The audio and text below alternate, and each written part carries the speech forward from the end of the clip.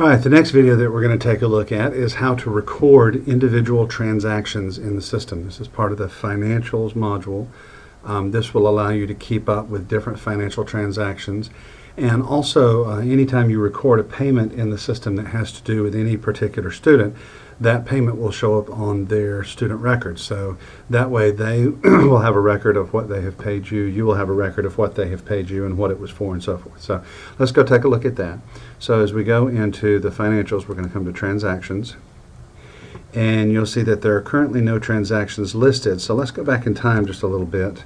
Let's go back to we'll say June of 2012.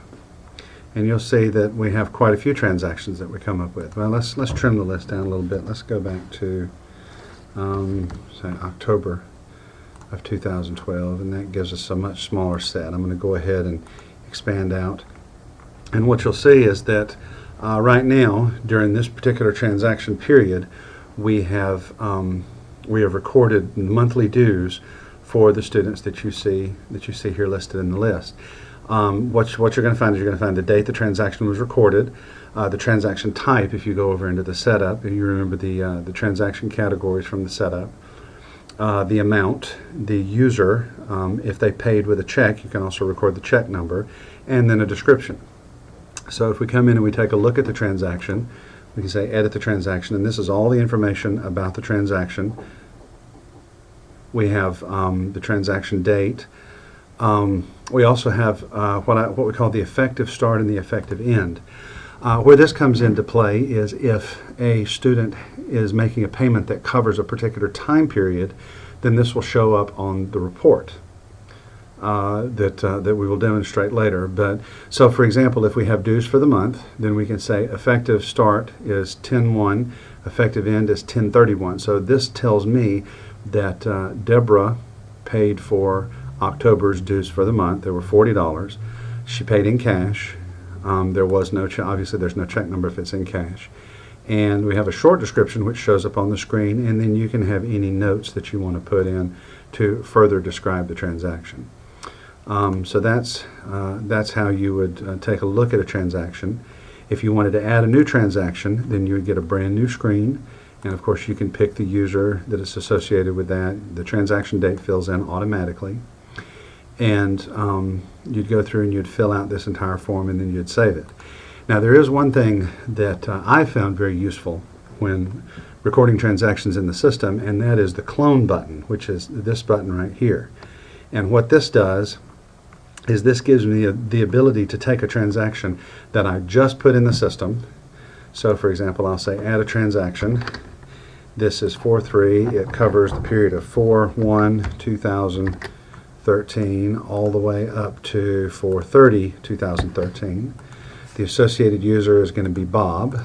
The category will be dues for the month. The amount will be 40. It was cash and dues for April.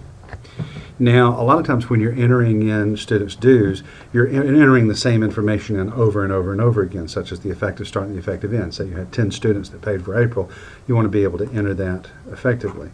So what we're going to do is we're going to come down here to this entry that we just made for Bob, and I'm going to clone that entry, and what it does is it comes up and now it says clone transaction record, and it duplicates all of the fields, and I can come in and say Raquel paid the $40.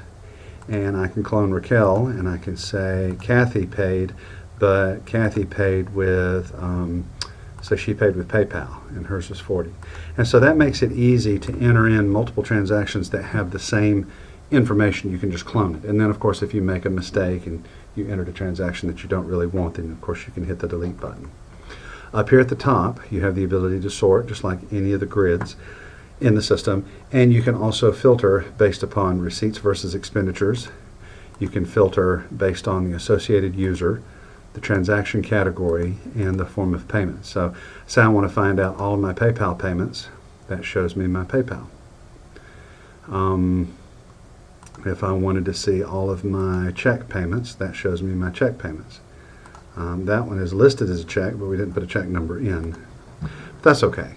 So anyway, this gives us the ability to manage transactions in the system, And then if you, whenever a student pulls up their See My Records or See My Information link, then there will be a section where they can see any associated payments that have to do with them within the period that's specified by the report. So that's basically transactions, and we'll do some of the other features in another video.